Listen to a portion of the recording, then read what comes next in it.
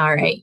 Good morning, everyone. It looks like the attendance has slowed down in terms of people joining. So if you would like to just put your name and title in the chat or who you are with, your role, so we can have a better idea of who is in the room with us, that would be great. I noted in case you just joined that there are some note-taking slides in the chat as well. Beth, can you move to the next slide? Awesome. Thank you so much. So good morning, everyone. You saw my face on the breakout session video that we just watched, but my name is Katelyn Foley. I'm a project manager with CDSS, and I work with the Children and Youth System of Care team. I have most of my experience is really centered in child welfare. But through that work, I've really seen the value and importance of systems working together to support children and families. I'm going to pass it to my co-presenters. First, I will pass it to John with the California Department of Education. Thank you, Katelyn. And good morning, everybody. My name is John Oses. I'm an education programs consultant in the Integrated Student Support and Programs Office, which supports foster youth as well as homeless education and Native education as well. And part of the work that I've been doing these past 4 years now has been really helping to push the work with AB2083 system of care as it relates to education. So glad to be here. And I will pass it on to my colleague, Leah. Hi, everyone. Good morning. My name is Leah Dempsey. I am the System of Care Branch Chief at the Department of Developmental Services. We are the state department who contract with the 21 regional centers throughout the state who provide service coordination for individuals with intellectual and developmental disabilities. I'm also a member of the State System of Care team with Katelyn and John, and just happy to be here today. Great. Thank you so much, Leah and John. Beth, can you move to the next slide? All right. So AB 2083 is really at the heart of what a lot of this is going to be talking about today. AB 2083 was chaptered in 2018 and requires each county to develop and implement a memorandum of understanding, also known as an MOU, that outlines the roles and responsibilities of local agencies and entities that serve children and youth in foster care who have experienced severe trauma. The purpose of the MOU is to ensure that children and youth in foster care receive coordinated, timely, and trauma-informed services. And this is through joint collaborative efforts by child serving systems. Although the legislation is focused on the child welfare and even if focused on the child welfare system, and even if you see on the language on the slide, it's children and youth in foster care who have experienced severe trauma, what we have found is that this can and must be expanded to look at children and youth served by various other systems and also across the spectrum. We'll touch on this more in depth as we progress through the presentation and talk about the ways in which AB 2083 and the system of care can be leveraged to support children and families beyond those in foster care and through an upstream approach. Next slide. Oh, you already did it. Thank you so much, Beth. So AB 153 is another legislation that passed that's very connected to AB 2083. This was passed in 2021 and required a process in the MOU for engaging and coordinating with federally recognized tribes and local counties. This coordination must be determined through tribal engagement and formal government-to-government consultation. Although this process specifically calls out engagement with federally recognized tribes, counties are encouraged to engage with all tribes within the county, regardless of their federal status. We've also seen some counties that maybe do not have federally recognized tribes within the county, partnering with tribes that they work with frequently or partnering with tribal organizations. So through this legislation, county interagency leadership teams, also known as ILTs, must work with federally recognized tribes to develop a process to engage and consult regarding ongoing updates to the MOU.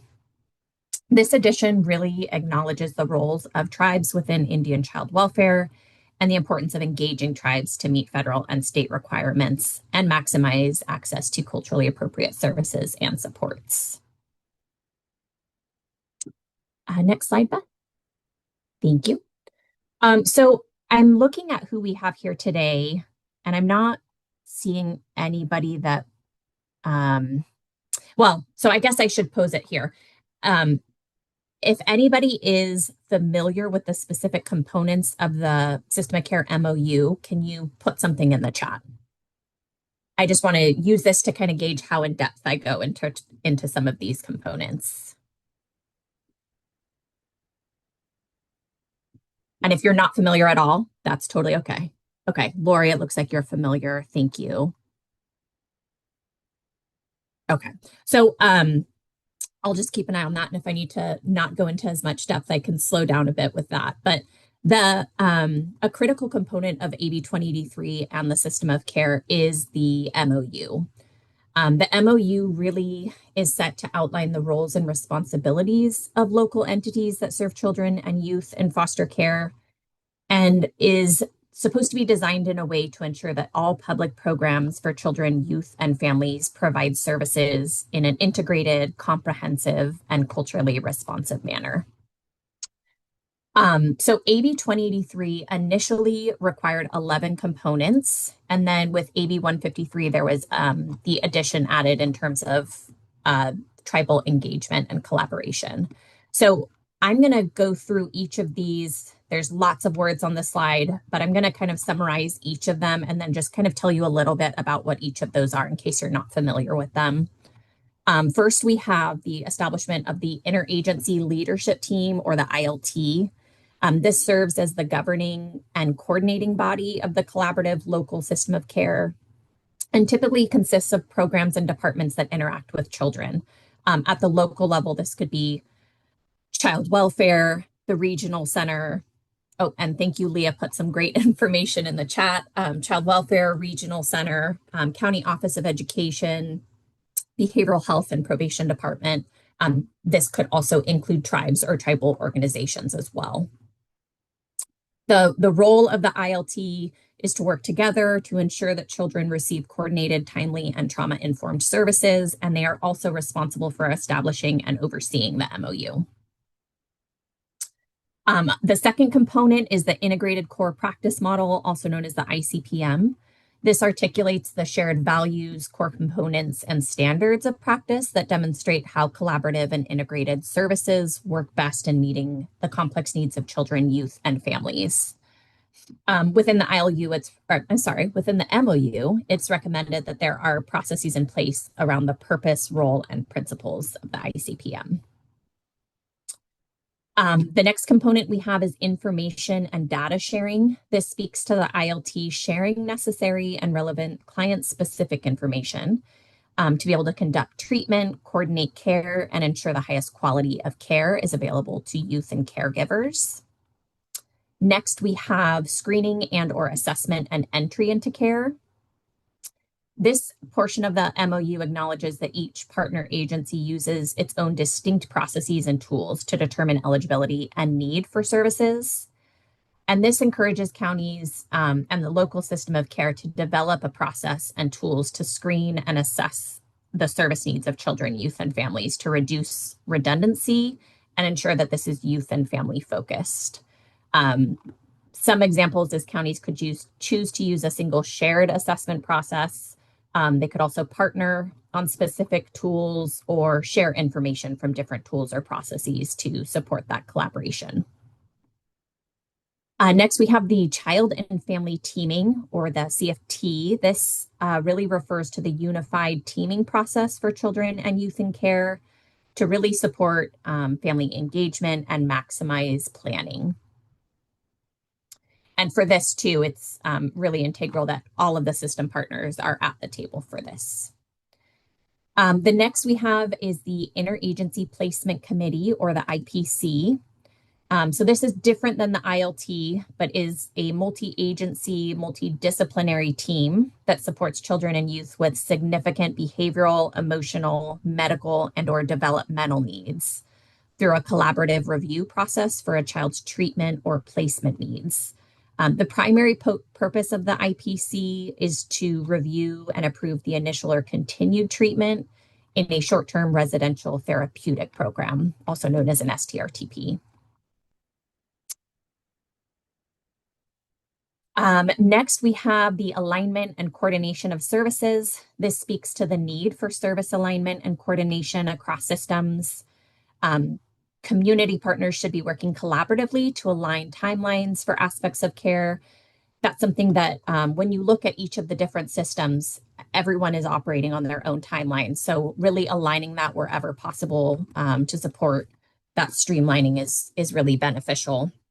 And then some of the other components mentioned will kind of play into this as well. For instance, the CFT and the IPC. Next, we have staff recruitment, training, and coaching. For this component, system partners acknowledge the value of having highly trained and competent staff and agree to coordinate with the training of staff throughout the system of care. And I know this is a lot of information to take in. There are quite a few components, but we are nearing the end here. We have the financial resource management, where every individual agency, it's important to just think about how each agency is bound by statutes and regulations when funding services. And as services become more complex and involve multiple systems, this can lead to barriers, which can in turn lead to delays in services and timely supports. And so within this section, ILT should identify processes to identify resources available across system partners to serve children, youth, and families. And I see that Lori put something in the chat. We found that most of the 2083 components map to the breaking barriers pillars of shared governance, shared data, shared finance, and shared responsibility for community outcomes through a collaborative practice model. Thank you, Lori. That's awesome. All right, and some of the last few sections that we have here are the dispute resolution process. This acknowledges that disagreements and challenges may arise. That's just something that can happen anytime people are working together. And so this really identifies that system partners will attempt in good faith to resolve dispute or disagreements that arise out of the MOU. We have resource families and therapeutic foster care services. Resource families play a very critical role in the life of children in out-of-home care when that's needed. And while this is typically the sole responsibility of child welfare and probation, resource families interact with and are dependent on the services of partner agencies. So this really speaks to ways that partner agencies can support recruitment and identifies that shared commitment in supporting family-based caregivers. And last but not least are the processes developed through tribal consultation with federally recognized tribes within the county for engaging and coordinating with tribes in the ongoing implementation of the MOU. And the reason I wanted to really go through each of these, I think what Lori put in the chat is great. This is really the center of how we can collaborate together, and each of these different components, although they started with children in foster care who have experienced severe trauma, we've seen various counties be able to expand these beyond that and kind of leverage some of these different components to support prevention and an upstream approach. Can we go to the next slide, Beth? Thank you. Any questions on any of that so far that we've talked through? I can't see other faces, so feel free to just come off mute or put it in the chat.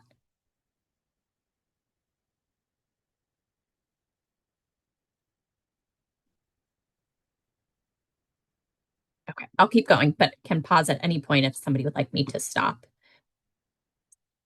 So we talked about the different components of AB 2083 and the MOU. There were some other requirements that arose out of AB 2083 that we wanted to highlight. One of them is the formation of the state joint resolution team. You may have heard the JRT, which is what we often refer to it as. This is the state partner leads from the Children and Youth System of Care from the California Department of Social Services, the Department of Healthcare Services, California Department of Education and the Department of Developmental Services. I would say this could be looked at in terms of the state level, similar to the role of the ILT, but at the state level, although both are different. This also included the formation of local interagency teams, which we talked about, also known as ILTs, the development of an MOU between local systems, which we just talked about each of those components. On the slide here, it shows some of the local partners that could be included within that as well. The development of state MOU guidance, which really supported counties in their implementation of the MOUs. And then a process to request technical assistance, or also known as TA, from the state JRT. And Leah put in the chat some of the mandated JRT departments that I spelled out. We also work with the Office of Youth and Community Restorations. They're not a mandated partner, but that's something that we have seen since implementation of AB 2083 is just the need for more system collaboration beyond just the mandated partners. So I believe we have also worked with, recently we've been working with the Department of Public Health and other state agencies as well. Next slide. All right, and one additional thing I just wanted to point out is some of the deliverables that were identified by the AB 2083 legislation, which includes some recommendations and reports. They are all noted here on the slide, and there is a link to the California Health and Human Services Agency site where each of these are posted. The first bullet here, recommendations to the legislature on identified placement and service gaps. This really it was a report that identified gaps in placement types or availability, the need for services for resource families, and other identified issues. The second bullet here, the AB 2083 multi-year plan for increasing capacity, was a report regarding increasing the capacity and delivery of trauma-informed services to children and youth in foster care. Then the third bullet here, following the multi-year plan, the supplementary analysis really just expands on the recommendations to the legislature and links data across each of the 4 state departments to provide a landscape analysis of children and youth in foster care and their service interactions. And lastly, our reports on the technical assistance that's been provided by the state starting back in 2021. Leah, I saw you come off mute. Do you have anything to add here? Yeah, I was just going to highlight, and we linked the table in there as well, but it was pretty awesome, although it is getting a little bit outdated, and we're hoping to start doing this more frequently. But for the first time, the mandated state departments, so again, developmental services, social services, Department of Healthcare Services, and then the California Department of Education, were able to link all of our data together. So highly encourage folks kind of check out this table. Again, it has been a few years now, so it is a little bit outdated, but it really just showed that it can be done, right? It was a little bit of a heavy lift back then, but it was a requirement from the legislature. But I think it just really opened and showed that we did it once, we can do it again. The tricky part with that is that Department of Education does not fall under the Health and Human Services Agency, which we have a nice little graphic coming up on a slide.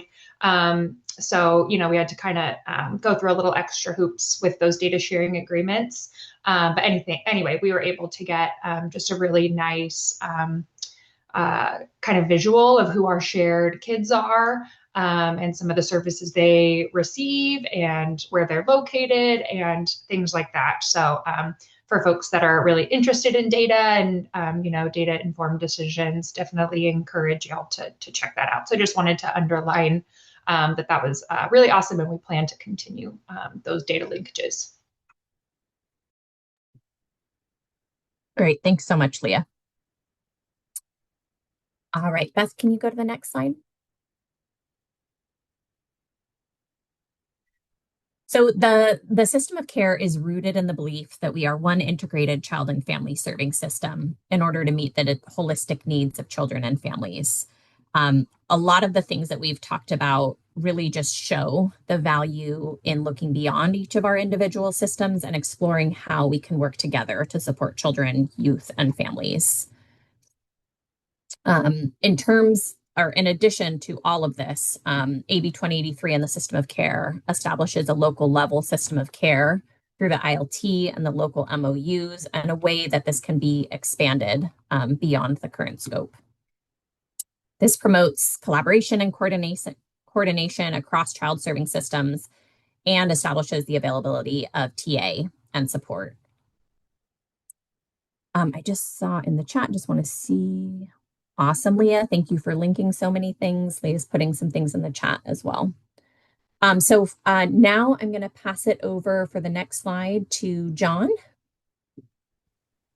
Thank you, Katelyn. Thank you. And Leah and Katelyn really talked a lot about how this is very much a group effort. And part of the challenge is really we have multiple different agencies and systems working together. And of course, nothing is perfect.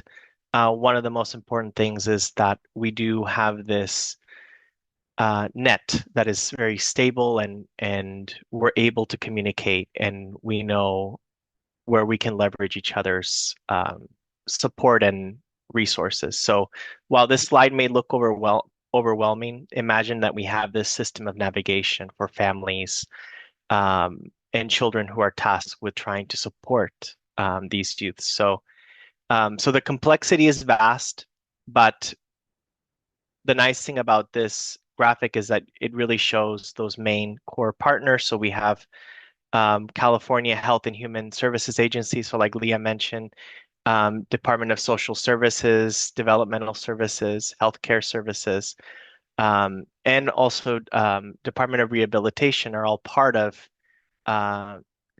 CHHSA. However, Department of Education is separate. We are our own separate agency, but again, we work closely together and sometimes there's some extra hoops that we have to jump through, but part of that is, we help support those 2,500 LEAs that we oversee. In this chart, in this graphic, you also see that Department of Rehabilitation is great because they're not a required partner within AB 2083. However, we do work very closely with them because all of our youth overlap in terms of services and needs. So they also attend many of our meetings. Some of this collaboration at the local level, it includes county child welfare, our county juvenile probation, county behavioral and mental health, our county offices of education. So all 58 county offices of education in California support those 2,500 LEAs that we have in the state. We also have our regional centers. And one other piece that you see towards the top is our tribal governments. And Katelyn touched on this earlier, how they are part of the system of care, and AB 153 requires counties to engage and coordinate with tribes. And out of all the 58 MOUs, because every county must have an MOU for system of care, has to include some language as to how they engage with tribal governments and communities. Next slide.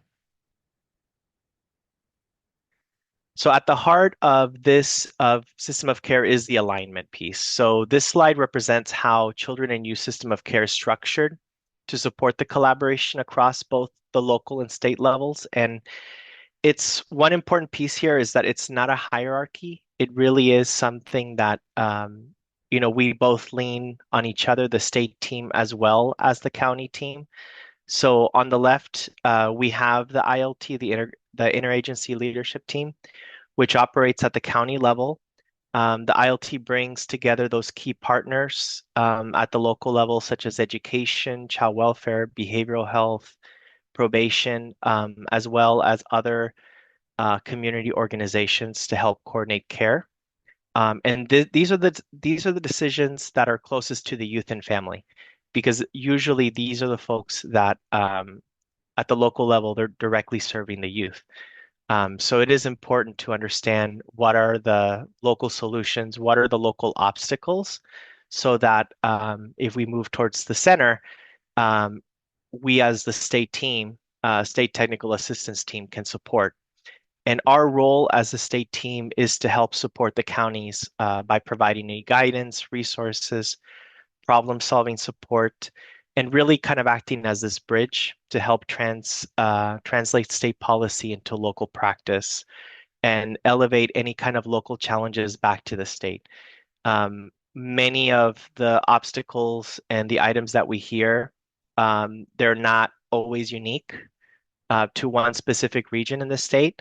A lot of it is our obstacles that we're hearing just across the board in other areas. So that is part of our role as the state system of care to try to find solutions and try to leverage new connections as to how we can try to overcome some of these obstacles.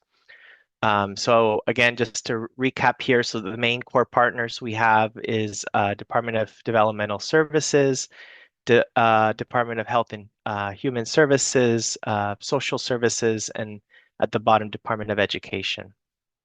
And I mean, and like I mentioned, just to reiterate here, really, this is not a top-down approach. It's very collaborative. So if folks need to request information on technical assistance calls, which we're going to start getting into that in our next slide.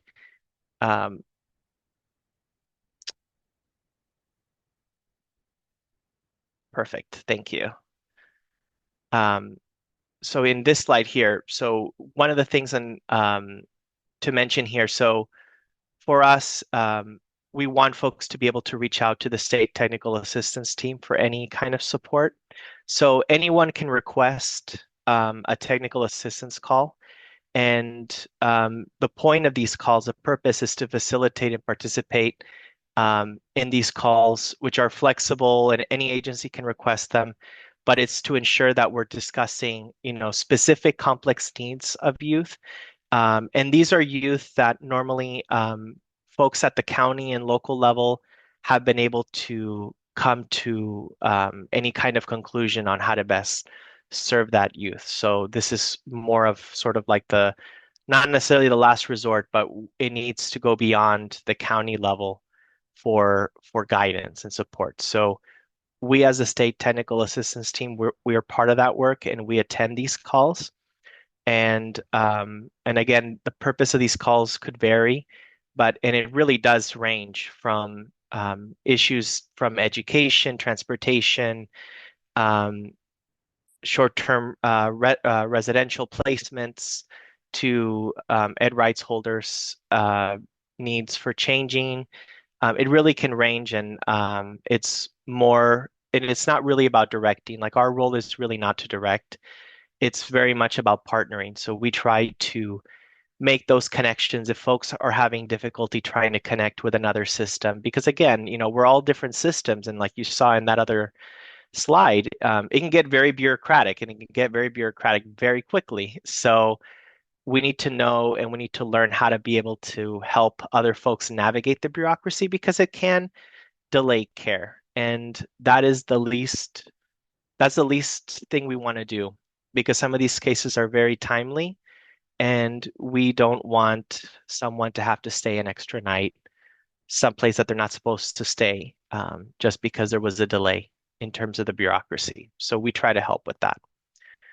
So we help ensure that everyone is working together, everyone is connected.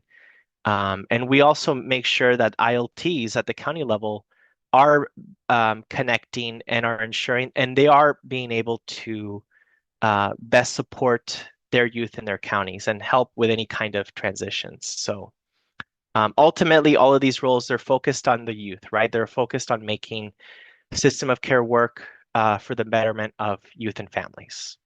Next slide.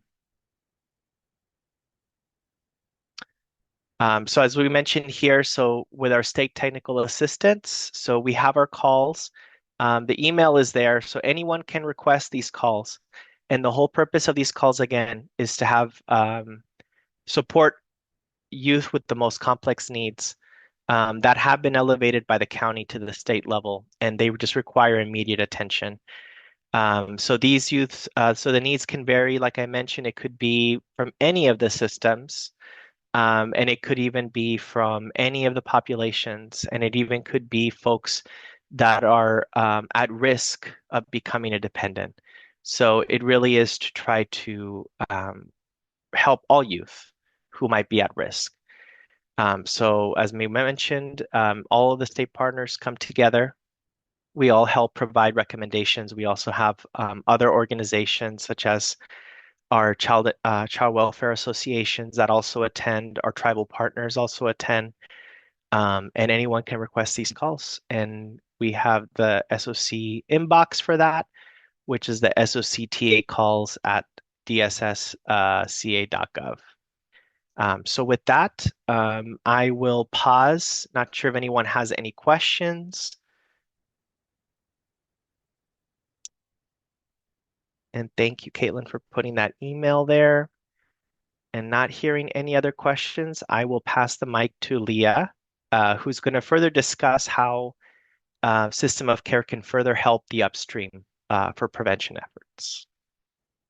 Thanks, John. Thanks, Katelyn. Hi again, everyone. It's kind of nice that we have a semi-small group. So again, if there are any questions, because this is so much information, we should have some time at the end, but feel free to put them in the chat as well. But in kind of our next few and closing slides, we're really wrapping up, or I guess describing why we're here in this particular space. John and Katelyn have really covered kind of AB 2083 and what established the system of care and a lot of those requirements. And again, the statute is clear as written that it is for children and youth who are already in foster care.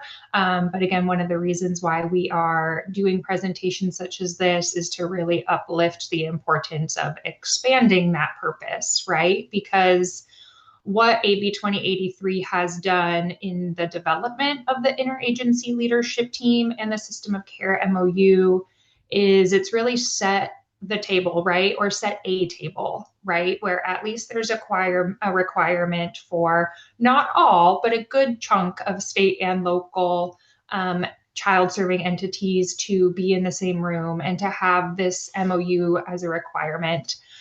So what we're really trying to do and push is bring prevention into that space, right? Like, why are we going to silo all of this kind of different work and conversations and plans and initiatives into all these different kind of pocketed spaces within counties, and instead really just utilize the tables that are already set. So one of which is, again, the interagency leadership teams and the system of care memorandums of understanding. A lot that Katelyn went through with the MOU really does kind of require those ILTs to be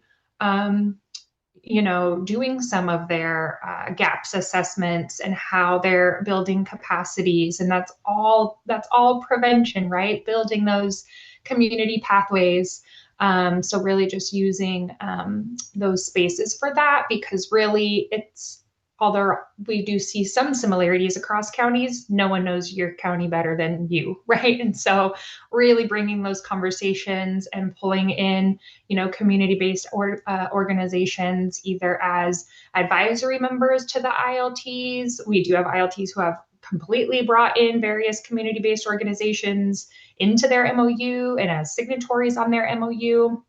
So it really does just kind of vary county by county, but every county does at least have an MOU. The comprehensive prevention plans, for example, I think, again, that's this is the space where those should, to really be utilized in reviewing and updating and learning from each other, really as a way to not forget about one of your system partners that you maybe don't work with as closely, but could have just an array of services and supports that are very proactive and upstream for families. I think we can go to the next slide, please. All right, so just building a little bit more onto that from the previous slide, we just really want to continue to highlight the folks who are prevention leads and who are very much, involved in doing this work within their counties. Certainly encourage you to connect with your county interagency leadership team or whichever system of care kind of body is really doing a lot of the system of care work within the county. Some ILTs have designated like executive advisory committees, or, there's various titles for folks, but again, those tables are set with all of those mandated partners. The same email that's in the chat and from the previous slide, that's really the best email for just system of care inquiries to us at the state. If you are like, I have no idea that this exists in my county, how do I get connected? Who can I chat more with? Please just go ahead and reach out to that system of care inbox. And we can connect you to folks to kind of have those conversations or start those conversations. There are some counties just doing amazing prevention work and funneling all of it through their interagency leadership team. All of their initiatives, they're really utilizing the system of care structure to move that work forward. Calaveras County has like the care team, they call it, and that is just all prevention, families, community-based organizations, schools. If there's just anything like a family is just really needing some extra wraparound support, they can make a referral. Everyone comes together. We hear that space is on calendar and they do not waver from it, right? Like they show up for their families in their community to really prevent any additional system involvement and quickly get families to connected to support. So that's just one example. Many other counties are really enhancing their interagency placement committees that Katelyn talked about earlier. Again, in statute, it's pretty clear on what the mandated requirements for them are. That's why we call them enhanced, to really not just wait until kiddos maybe need an STRTP placement or even need a QI assessment or anything that warrants that kind of that review by the IPC, but really bringing that much more upstream because all of those system partners are there to really be able to review some of those situations and get families connected to some supports if they're not already.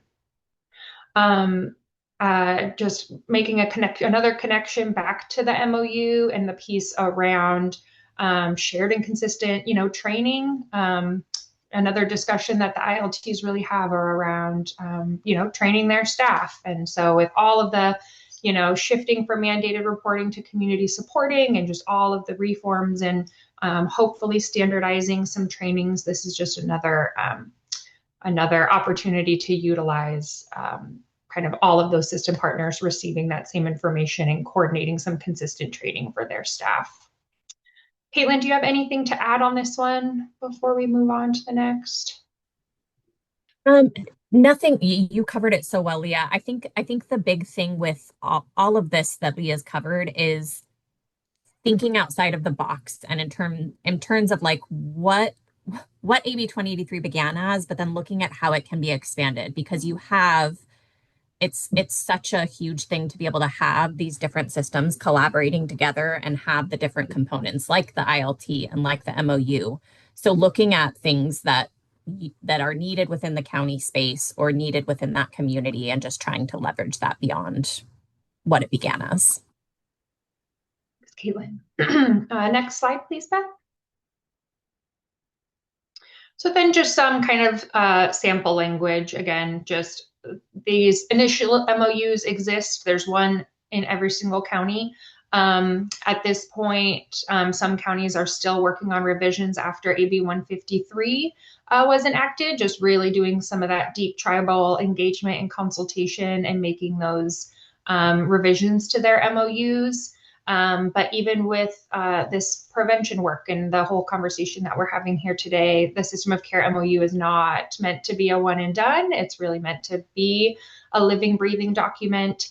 And again, there are some counties who have already implemented a lot of that language and a lot of those agreements into their system of care MOU, but we also just provided a little bit of sample language as just like a starting place to start the conversation that, of course, each system partner, expands on and discusses within the MOU what their role and responsibility is within that work.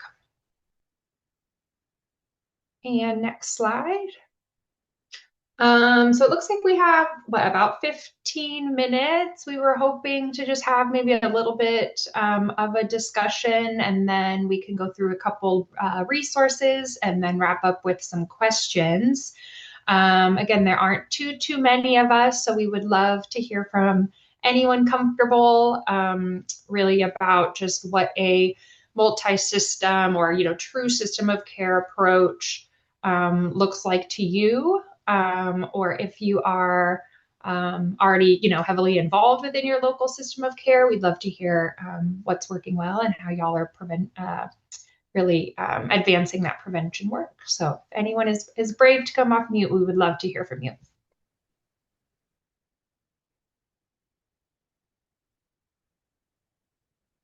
Well, I'm happy to share a little from our perspective. First of all, good morning.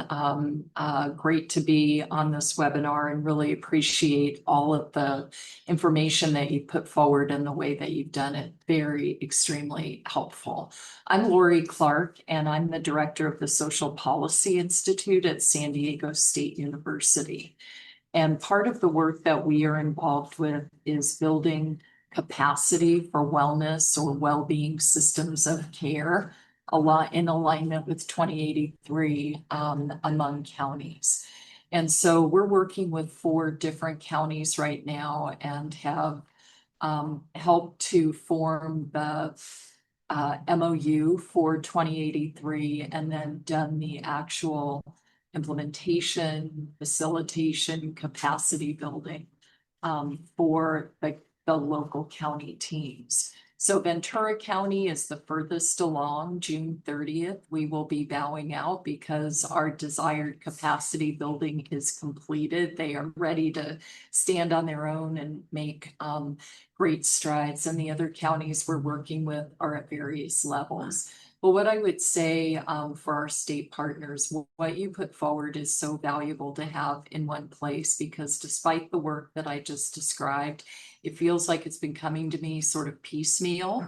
And so the very messages that you covered today, I try to cover in plain language and to make the case, but you've clearly done it in such a thoughtful way that brings some uniformity and shared voice to the work. So really grateful for the resource, glad that it's getting out there, and find it to be extremely helpful.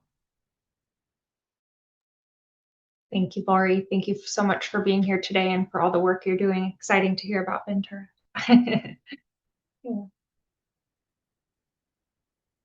Hi, Beth. Hey there. I'm just curious for the TA, like the line, like what kind of questions are you getting? Are you seeing some kind of standard questions? Are you seeing anything unique? It's like, what are people coming to you with?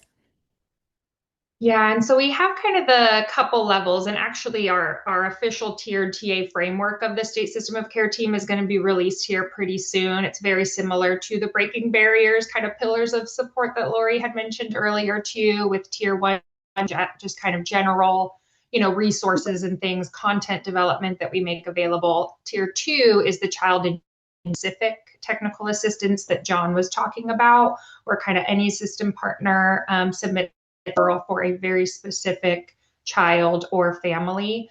And then tier 3 is a bit more of like the joint resolution team directly to the interagency leadership team, either around them coming to us for support with their MOUs, for example, or sometimes the reverse, where maybe we're seeing some really common themes, or maybe like a lot of tier 2 use specific calls being requested for a particular county.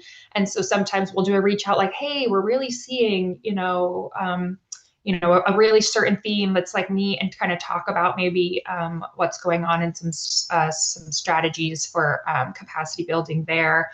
But But gosh, I don't even know if we have themes. Our child and youth calls are a little bit all over the place. More recently, as when we've been getting a lot more of the non-dependency prevention calls of parents just really needing supports and running into barrier after barrier and roadblock after roadblock, being able to access them appropriately. And so we're quickly using our state partners to pull together all of those local system entities and break some of those down.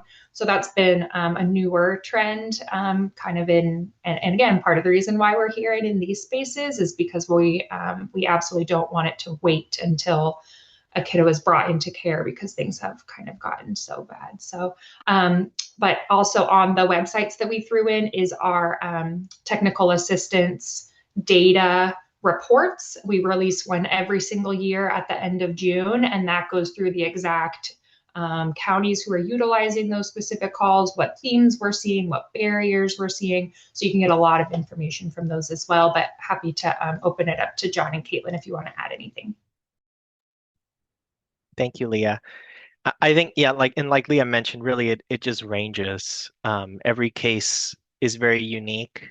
One thing just regarding education that we see quite frequently are items such as lapsed IEPs, or perhaps some support in terms of what to do in cases if a youth is hospitalized, and perhaps trying to complete an IEP, who's responsible, what school district would.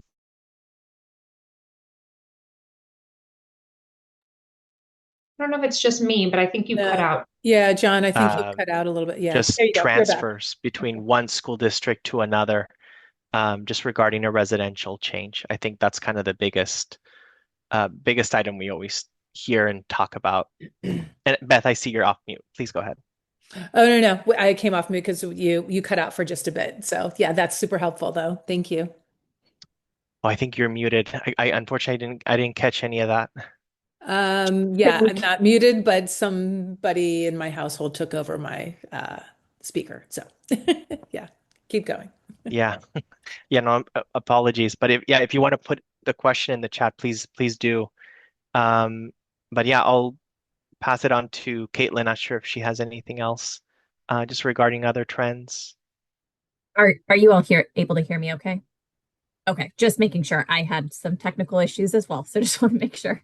I think one of in terms of like the trends, I think what Leah described covers it. And I think it's helpful to be able to look at, especially over the past few years, like the different trends in terms of counties, what the types of calls are. I do think it's helpful to highlight that we are getting more prevention focused calls in terms of ways to support children and families, because I think when we get calls, for instance, with a child that's already in foster care and in an STRTP, those look very different than what it looks like when we are trying to avoid entry into foster care. So I do think that's something that I've seen shift in recent years, and I think it also speaks to just how we can expand the system of care approach beyond that, because we don't have to wait for a child to enter foster care. We don't have to wait for that to all of us to come together. And I think that's just really shows the value of leveraging all of our systems together. And hopefully, similar to Lori, we won't be needed here in the future. Yes. You know, that's what we want to see more and more, is with the comprehensive prevention planning, with utilizing the system of care, with, you know, all the community pathways. Like, we eventually hope, like Lori, to be like, you don't need us anymore, you know. So that's the goal, of course. Sorry, Lori, I see your hand. Go ahead. Well, thanks. I was going to elaborate on that as well, on the prevention angle, because frankly, there's at least one state entity that I know of that kind of postures with prevention's over here, you're the convener, the be all end all, you do it, you make it happen. And I don't hear a lot of interdependency with integrated leadership teams and so forth. And so I'm glad to see it coming together, because that said, at least our approach that's been fairly successful in moving things forward has been to name those interdependencies and to create a truly shared governance interlocking system and tools that go with. So one example is an org chart that maps the communication flow between and among the wellness system collaborative that is looking at the comprehensive prevention plan and building community pathway, and the operations team of managers, public and private, that are operationalizing 2083, and then the ILT itself and so forth. But those have to be functionally related in a visual that people can relate to, and they get that we're aligned partners. So that's one tool. Another tool that we've used is a shared agenda planning approach. So that means that the co-chairs from each of those three major entities, all of which have working groups and what have you as part of them, but the 6 co-chairs and the consulting team, which is not just in our case us, but whoever is working with the account, comes to that so that we are on one page, that any major theme hits the agenda within a month or two of the other entities, so that we're aligning the timing, we're building momentum, we're acting within the role, and have found that to be critically important. And I don't hear of that really being very widespread yet, but I think very helpful.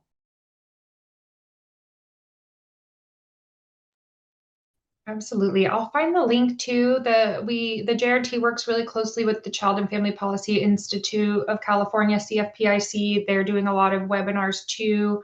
And there's one coming up in May specifically around prevention. And then I think their August one is going to be demonstrating a bit more focused to exactly what you're kind of talking about, Lori, and doing a little bit more of that coaching piece for ILTs that are trying to pull all this together and make it all work. So I'll find the link to that too and throw it in the chat if folks aren't registered for that May one already.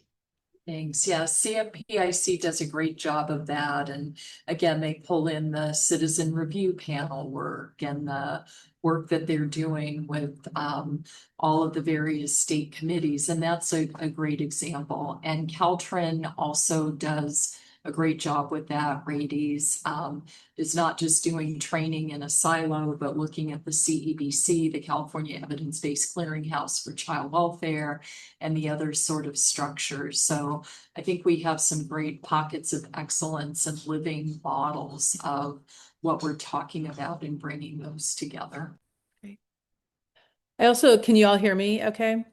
I also just want to note that there's some additional resources that were just put into the chat, and also the survey, as well as additional information to wrap up this breakout and amazing discussion. So if you're able to grab all of those, that would be great. And then I think as the recording is sent out, all of those resources will also be sent out again. But if you could grab the survey for sure, that would be really great.